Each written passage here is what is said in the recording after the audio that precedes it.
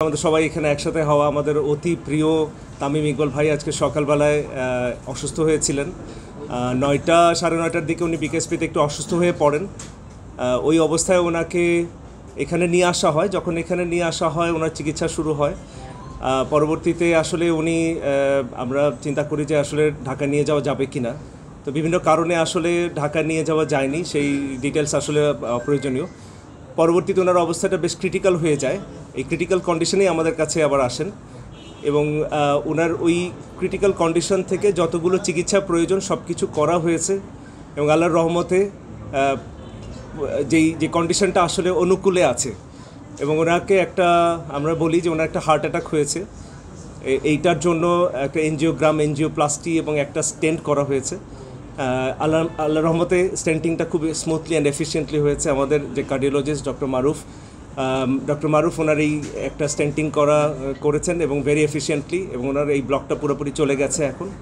But অবশ্যই আমরা যেমনটা বলছিলাম যে একটু ক্রিটিক্যাল কন্ডিশনে ছিল, স্টেন্টিংয়ের পরেও এখনও উনি অবজারভেশনে আছেন এবং ক্রিটিক্যাল কন্ডিশনে এখনও কাটেনি, এটা একটু সময় লাগবে।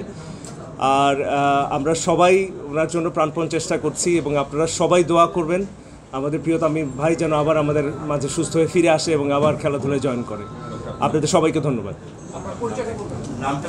আমি ডক্টর রাজীব, এখানে মেডিকেল ডিরেক্টর হিসেবে আছি। আমাদের রেসপেক্টেড সিও স্যার মোহাম্মদ তৌফিক বিন ইসমাইল স্যার আমাদের হেড অফ দ্য ইনস্টিটিউট।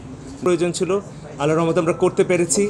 আমরা হোপফুল যে উনি আসলে ভালো হয়ে আমাদের মাঝে আবার ফিরে আসবেন। আপনারা সবাই দোয়া করবেন আমাদের প্রিয় মানুষটা যেন আমাদের মধ্যে ফিরে আসে। Thank you. ডক্টরও এটা দেখেছে যে আমরা সঠিক সিদ্ধান্ত নেওয়া হয়েছে, এই জিনিসটাই সবচেয়ে ইম্পর্টেন্ট ছিল যে সঠিক সিদ্ধান্তগুলো প্রতিটা স্টেপে নেওয়া হয়েছে। আমি আরেকটু কথা না বললেই নয়, ওনাদের ডাক্তাররা এখানে উপস্থিত আছেন। আমি আন্তরিকভাবে ধন্যবাদ জানাই যে ওনারা সঠিক সময় সঠিক ডিসিশনটা নিয়েছেন। ঢাকায় নিয়ে যাওয়াটা ব্যাপার না, কিন্তু ওই সময়টা যদি আমরা অ্যাটেম্প করতে না পারতাম কি হতো আসলে বলা বড় মুশকিল। ধন্যবাদ। জি ধন্যবাদ, আপনারা সবাই দোয়া করবেন।